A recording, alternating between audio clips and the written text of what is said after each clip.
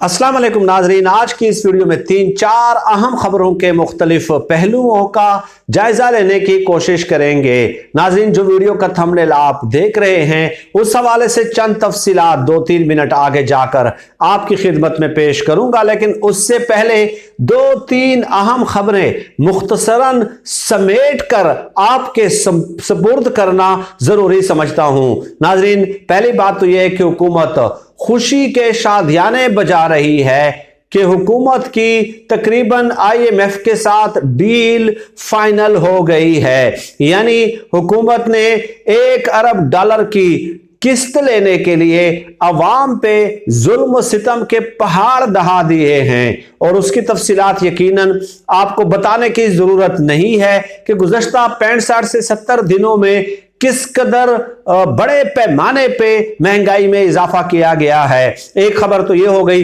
दूसरी खबर नाजरीन ये है कि नजम सेठी साहब की मुलाकात हुई नवाज शरीफ साहब के साथ। आपने देखा कि दोनों एक पुरफजा मकाम पे कश्ती में सवार नजर आते हैं और उनकी तस्वीर भी सोशल मीडिया की जीनत बनी है। चुनाचे उसके बाद नजम सेठी साहब ने आज जवाब एक बयान दिया है, और वो बयान ये है कि अमेरिका को अड्डे देने में क्या हर्ज है। यहां तक कहा गया है, हुसैन हक्कानी साहब ने, जो कि नवाज शरीफ के करीबी हैं, उन्होंने कहा है कि एटमी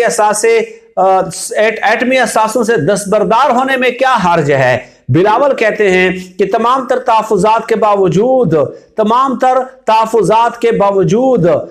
जो है भारत के साथ ताल्लुकात बेहतर करने में क्या हर्ज है। और सलीम मांडवी वाला ने कहा है कि इसराइल को तस्लीम करने में क्या हर्ज है। ये चारों पॉइंट्स को आप कनेक्ट कर लें, उसके बाद आपको समझ आ जाएगी कि इमरान खान साहब को आखिर क्यों कर निकाला गया था। ये तमाम तर बयानात हुकूमत के वफादार सहाफियों की जानिब से या हुकूमती इत्तेहादियों की जानिब से हैं। नजम सेठी का ये बयान नवाज शरीफ साहब से मुलाकात करने के बाद ये जाहिर करता है कि नवाज शरीफ साहब ने ही उन्हें यह टास्क दिया है। डेफिनेटली वो अपनी जबान से इस तरह की बातें नहीं करते और अपने तनख्वाहदार साफियों के जरिए ही इस किस्म का प्रोपेगेंडा करना शुरू कर देते हैं और अवाम का जहन साजी करने की वो कोशिश में लगे रहते हैं। तीसरी खबर यह है कि हुकूमत ने 5 कौमी असासे गिरवी रखने का फैसला किया है, जिसमें GT रोड है, इसके अलावा इस्लामाबाद एक्सप्रेस हाईवे है, इसके अलावा स्पोर्ट्स कॉम्प्लेक्स इस्लामाबाद है और बलूचिस्तान का मकरान हाईवे है, कराची पोर्ट की ईस्ट एंड वेस्ट वॉल है। ये तमाम तर कौमी असासे ही इनको समझ लेना, ये हुकूमत ने गिरवी रखने का फैसला कर लिया है। ये हालात हैं, कुछ दिनों में 70 दिनों में इनके ये हालात बन गए हैं। अब नाजरीन आ जाएं इस खबर पे जो थंबनेल में आप देख रहे हैं। नाजरीन, कौमी सलामती कमेटी का कल इजलास होना था पार्लियामेंट में, लेकिन रात गए उनका जो मकाम है, जो इजलास होना था, उसको तब्दील कर दिया गया और पता चला अचानक से कि उस इजलास का जो मकाम होगा अब जनाब आली वो वजीर आजम ऑफिस होगा। अब इसकी वजूहात क्या हैं? इसकी वजूहात जो ऑफिशियली जो प्रेस रिलीज है उसमें क्या कहा गया है कि मुख्तलिफ पार्लियामेंटेरियंस की जानिब से यह कहा गया कि हमें भी इस कमेटी का हिस्सा बनाया जाए, और तमाम तकरीबन पार्लियामेंटेरियंस ने यह मुतालबा किया कि हम भी इस मीटिंग में और इस ब्रीफिंग में शरीक होना चाहते हैं, जिसमें जनरल कमर जावेद बाजवा साहब, जनरल नदीम अंजम साहब और जनरल फैज साहब ने जो है ना इस हवाले से ब्रीफिंग देनी थी। डेफिनेटली TTP के साथ मुज़ाकरात हुए हैं, उसका एजेंडा क्या है, शराइत क्या है, कहां तक मामलात बढ़े हैं, ये तमाम तर पहलुओं पे ब्रीफिंग देनी थी कौमी सलामती की पार्लिमानी कमेटी में। लेकिन पार्लियामेंटेरियंस की ख्वाहिश ये थी कि उन्हें भी इस इजलास में शरीक कर दिया जाए, एक होल कमेटी बनाई जाए पूरे पार्लियामेंट की और सब के सब इस ब्रीफिंग में शरीक हों। अब उस हवाले से हुआ क्या नाजरीन कि चूंकि ब्रीफिंग देनी थी जनरल फैज हमीद साहब ने, और इमरान खान साहब ने एक बार कहा था, इमरान खान साहब ने इंटेलिजेंस मालूमात की बुनियाद पे, यह खबर याद रखने की जरूरत है, इमरान खान साहब जब वजीर आजम थे तो उनके साथ इंटेलिजेंस शेयरिंग की गई थी, इंटेलिजेंस मालूमात शेयर किए गए थे। यानी कि व्हाट डज दैट मीन कि इंटेलिजेंस एजेंसियों की तरफ से शेयर किए गए थे। कि हुआ यह है कि अमेरिका ने डेफिनेटली तहरीक अदम एतमाद साजिश तो थी, जैसे कि इमरान खान साहब का बयान यह है। आपने देखा कि अपने ही पार्टी के 24 से 25, 18 से 20 एमएनएज जो हैं वो एकदम से मुनहरिफ हो जाते हैं। वो कहते हैं कि हमारे ज़मीर जाग गए हैं और इमरान खान साहब ने महंगाई कर दी है। उनका मौक़िफ़ ये था कि पेट्रोल 150 रुपए का हो गया है, लेकिन अब पेट्रोल 235 का, डीजल 262-63 का हो गया है। उनका ज़मीर अब नहीं जाग रहा। तो नूर आलम खान, राजा रियाज और इसके साथ 18-20 दीगर एमएनएज का ज़मीर महंगाई की वजह से उस वक्त जाग गया था।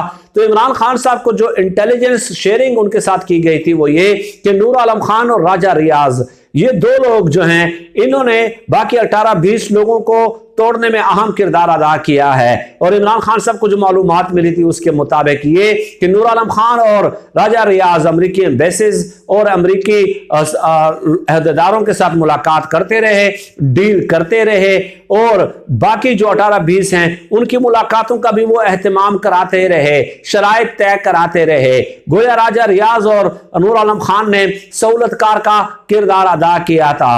अब इमरान खान साहब को चूंकि ये इंटेलिजेंस मालूमात मिल गई थी, तो उसके बाद कल जो पार्लियामेंट से ये मकाम शिफ्ट किया गया है वज़ीर आज़म ऑफिस की तरफ से, वज़ीर आज़म ऑफिस की तरफ कौमी सलामती कमेटी के जो ब्रीफिंग है उसका, तो उसकी वजह पता है क्या है? इंटेलिजेंस मालूमात यही थी कि चूंकि ये चंद लोग जो हैं, जो मैंने नाम भी ले लिए हैं और इसके अलावा चंद और भी हैं, ये अमेरिका के साथ राब्ते में हैं, लिहाजा इस कदर हसास मामलात पे ब्रीफिंग में अगर पूरे पार्लियामेंट के अरकान को शामिल किया जाता है और इन लोगों को अगर शामिल किया जाता है तो ये फिर एक सिक्योरिटी ब्रीच हो जाएगा, सिक्योरिटी रिस्क हो जाएगा। लिहाजा इन दोनों को शामिल नहीं किया जा सकता, दोनों को शामिल नहीं किया जा सकता। जनरल फैज अमीर साहब ने यह ब्रीफिंग देनी थी और उन ब्रीफिंग में इन मालूमात की बुनियाद पे कि ये 2-3 लोग फिर मालूमात आगे तक पहुंचा देंगे, इसलिए उन्हें शामिल न करने की गरज से मकाम जो है वो तब्दील कर दिया गया ताकि ये जिद न करें कि हमें भी इसमें शामिल कर दें। अब राजा रियाज जो है वो अपोजिशन लीडर है, कानूनन अमलन तो उनको होना चाहिए, लेकिन उनको फिलहाल जो है ना कल रात तक जो है वो स्टेटस नहीं दिया गया था कि उस कमेटी का उनको रुकन बना दिया जाता। ये मालूमात थी नाजरीन जो मुझे ज़राए के हवाले से, मुबैना ज़राए के हवाले से जो है वो मिल गई थी, तो इसलिए मैंने आपके साथ शेयर करना और आपकी खिदमत में पेश करना जरूरी समझा है। अब आगे देखते हैं कि आया वाकईतन राजा रियाज को इस कमेटी का रुकन बनाया जाता है, नहीं बनाया जाता। लेकिन जहां तक मैंने मालूमात कलेक्ट की वो मैंने आपके सुपुर्द कर दी हैं। तो मेरे ख्याल में जो है अगर ऐसा है, यकीनन अगर मालूमात मुसद्दिका हैं तो यकीनन ये इन लोगों के लिए बहुत बड़ा सवाल या निशान बन जाता है और इससे इमरान खान साहब के अमरीकी साजिश के बयानिए को मजीद जो है वो तकवीयत मिलना शुरू हो जाती है। जनरल फैज अमीर साहब की मौजूदगी की वजह से डेफिनेटली नून लीग वाले बड़े तनकीद करते रहे हैं, तो वो भी बहुत ज़्यादा जो है ना हेजिटेट कर रहे थे, बहुत ज़्यादा जो है ना वो खौफजदा थे कि पता नहीं क्या बात हो जाएगी। 29 अरकान हैं इस कमेटी में, जिसमें आधे जो है ना अपोजिशन के हैं और आधे हुकूमती अरकान हैं। शाह महमूद कुरैशी साहब, शेख रशीद साहब भी इसका हिस्सा हैं। Let us see they participate in it or not, क्योंकि ये जो वीडियो है ये पाकिस्तानी वक्त के मुताबिक मैं 2:20 पे रिकॉर्ड कर रहा हूं, तो उसके बाद कोई डेवलपमेंट्स आ जाती हैं तो उस हवाले से भी यकीनन मैं आपको आगाह करता रहूंगा। सरदस्ती गुजारिशात पे इत्तेफाक करता हूं। अल्लाह पाक से दुआ है कि अल्लाह पाक हमें खल्क़ खुदा के लिए आसानियां पैदा करने की तौफीक अता फरमाए। आमीन या रब्बल आलमीन।